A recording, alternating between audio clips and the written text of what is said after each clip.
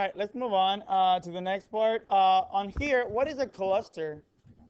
What do you think a cluster is? A set of closely grouped data? Yeah, right? Usually when something's clustered together, that's what it means. It has a lot of things in the same part. What do you think an outlier is? A data point that is very different from the rest of them? Yeah. Like it's kind of like an outsider. It's not part of it. And a trend line, well, obviously it's B, a line that comes closer to the point in the scatter plot.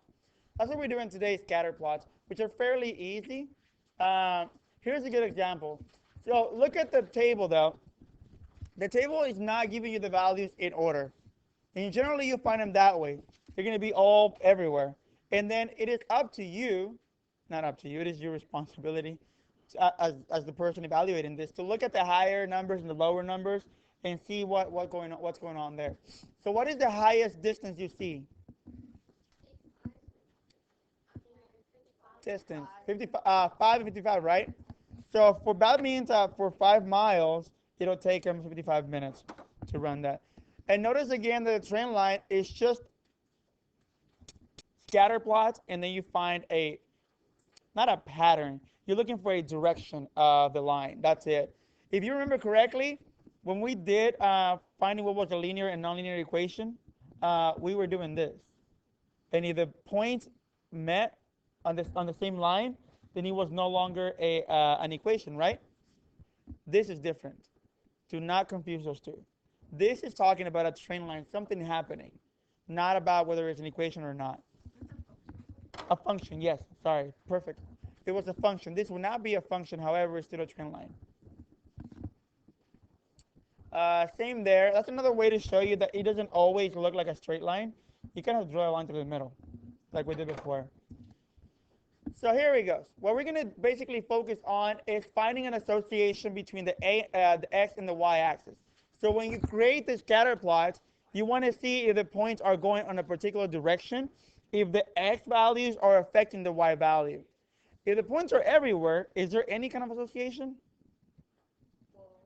No, because they're all scattered everywhere, right? There is no trend, there is no direction of them. But when they're like all kind of clustered or going one direction, whether it's going up or down, then you can say that there is an association. I'll give you a couple of minutes to actually plot all of these points in your book. All right, let's get back to this thing. And I just So let's plot it. At 0, what is our y value? 75 up here. And then at 0.5 is 80. And then at 1, and then at 1 again is 85, right?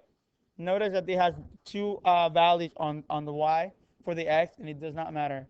1.5 is 85, and then 95, and then 2 is 90, and 3 is what? 4 is 90 again. So can you see a trend here? Can you see a direction? No? Do not do that. Uh, I'm glad I saw it.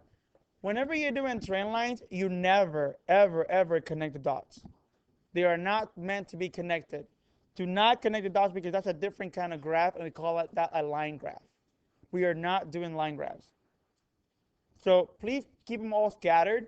Now, tell me, do you see a trend here? Do you see a direction of the point? Yes, you do. You can just grab this right here and make a line right between all the dots. What do we call that? No, no, no. The point right here, what do we call that? An outlier.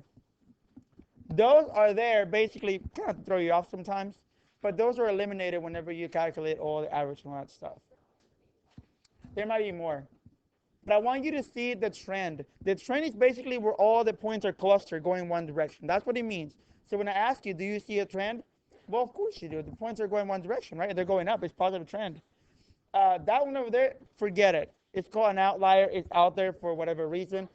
So what is the relationship? What can you predict without even looking at the graph about studying and the test grade?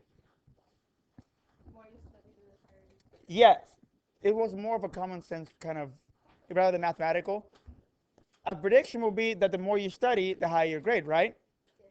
But now when you look at the grades and notice that people who studied the most amount of time, their grades were higher. Now, which is not always true, and that's why we have this outlier over there. He studied for 4 hours, but he only got a 90, which was less than somebody who studied for 2.5 hours or 3 hours. So it makes a difference, right? Um,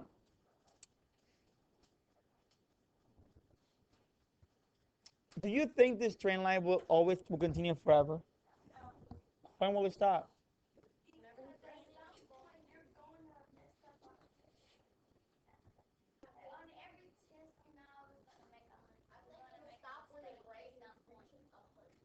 Thank you. That's what I wanted to hear. I understand that. Yes, I get it. But I wanted to hear exactly that. It'll stop whenever the grade reaches 100, right? This line cannot go any farther than 100 because it doesn't exist after 100. The highest grade you can get is 100. That's it. So from here, it doesn't matter if you study 4, 5, 7 hours, you probably end up here somewhere. Or maybe lower because the more you study, if it's way too much, your brain is just fried. Yes, but your grade cannot go any higher than 100. Okay, obviously the trend that you see is that the more hours you spend studying, the higher your grade, right? Uh, well, there you go. That was my question. Do you think that studying for 10 hours will greatly increase a student's grade? No, that's too much studying, right?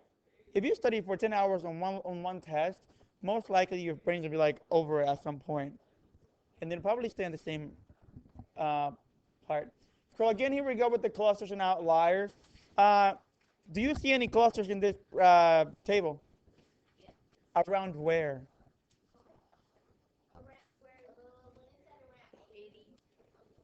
In the 80 interval, and where else?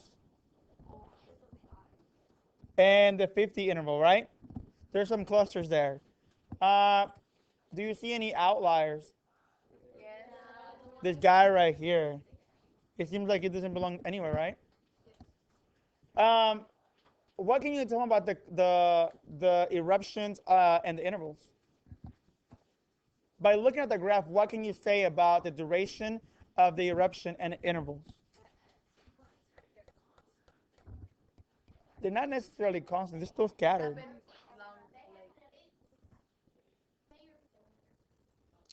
By looking at it, what can you tell me?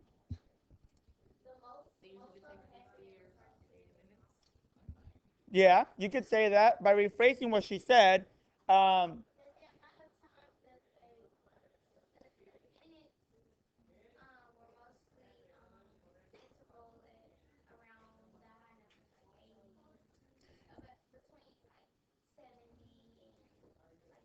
yes, so you could say that too. You could say that the higher the interval, the higher the duration of the eruption, right? If you notice around the 80 interval, the eruptions are pretty high, right? They last for about between 3.5 minutes up to 5. So that's what you can say just by looking at it. And we already saw the outliers. All right, suppose that the geyser erupts for 2.2 minutes after a 75-minute interval. Would this point lie on one of the clusters? Or would it be an outlier? Figure it out. Plot it. See where it lands. So when you plot it, it says suppose that the geyser erupts for 22 minutes. Well, I mean 2.2 minutes. And then at a 75 interval. So 75 is around here in the middle. And 2.2 would be around here, right? So do you think it belongs to either one of the clusters? No, it seems like it's one of those outliers, right? It's neither part of the 80 or the 40 interval, right?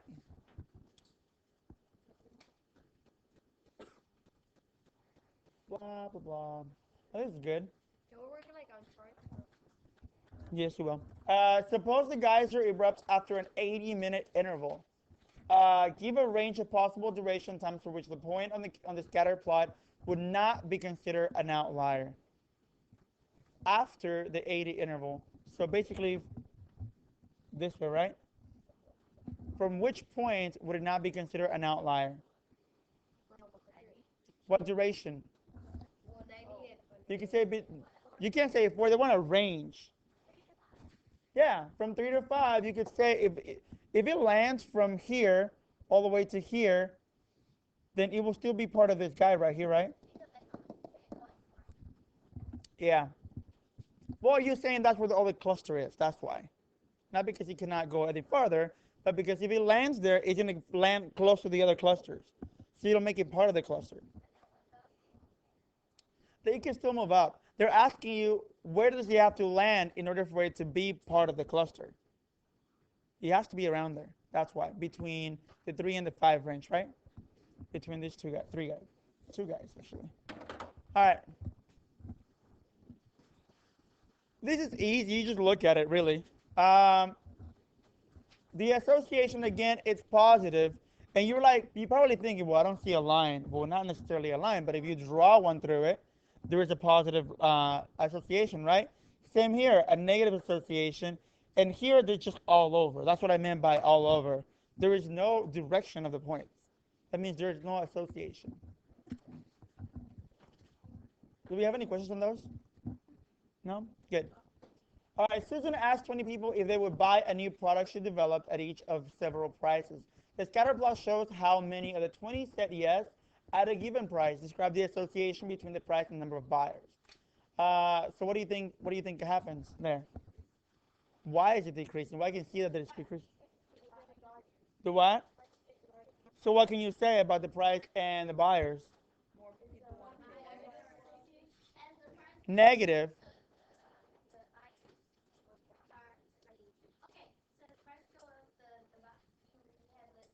Yes. So good. All good answers. It is a negative association because it's going down. The higher the price, in other words, the more the price increases, the lower your buyers, right? So for example, if you're selling it at $12, I mean $20, where is it? No, not $20. At $2, you have 20 buyers, which makes sense, right? Somebody gave me a lemonade stand example too. If you're selling your lemonade for 50 cents, you have a lot of buyers, right? That's pretty cheap. But as you keep increasing and say, well, let's try for $1, and then you decrease the customer. Then if you end up selling it for $5, that makes no sense. You're not going to get as many buyers, right? So he has a negative association. The higher the price, the lower your customers. You need to be able to see that just by the graph, not saying it's negative. You need to know what's going on. Like a what? Yes, yeah, exactly. So what do you think could happen if she increased the price for $14? She won't have any customers, right? Because of $12, only 2 people want to buy it. Well, $14 probably will have no one. All right, let's do this one on your own.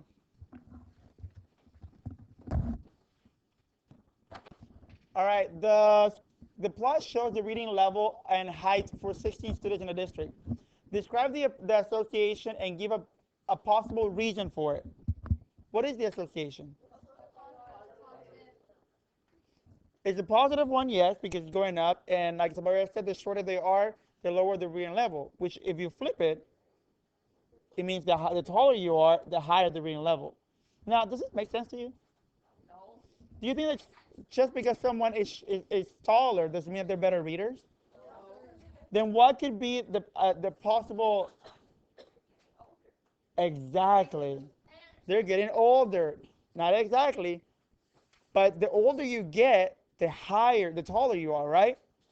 So if you think about it, if somebody is at a height in 60 inches right here, they're generally a little more older than somebody who is only 30 inches, right? So yeah, it is not because of the height that you're better at reading, it's because you're older. And even if you're not exactly that good at reading, when you're in elementary school, it makes a huge difference than when you're in middle school, right? So the older you get, the better at reading you get.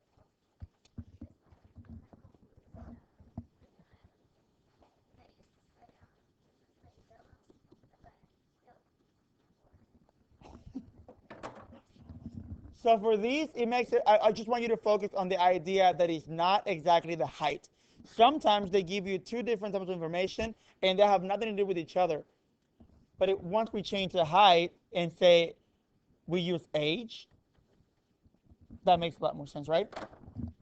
That's what it's related to. Height is closely related to age.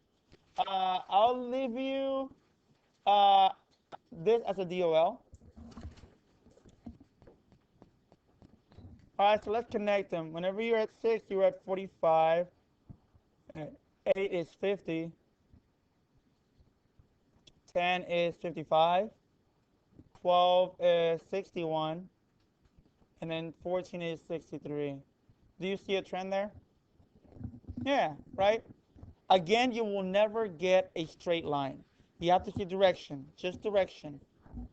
It is a positive um, relationship, right? Yes, basically the older you get, the taller you get, which goes back to the other one, right? And I think they put this intentionally for that, just so you can see that. So we just described the association, the older you get, the taller you generally get. Not everyone gets taller. A scatter plot shows the basketball shooting results for 14 players. Describe any cluster you see in the scatter plot. What's going on there? So what can you tell me about it? The information. What is it saying?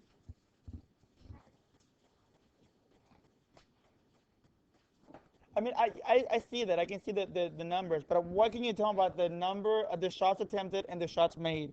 What is the relationship there? Yes, the more that you shoot, that you practice right, the more scores you get. And there's one outlier over there, right? One random kid. Okay, so your homework was going to be the next page, front and back. This one and the back. It's not a lot. I know it sounds like a lot, but it's not. Because I wanted to scare you. Okay, so it'll be that the whole page, front and back, and do not forget your project, please.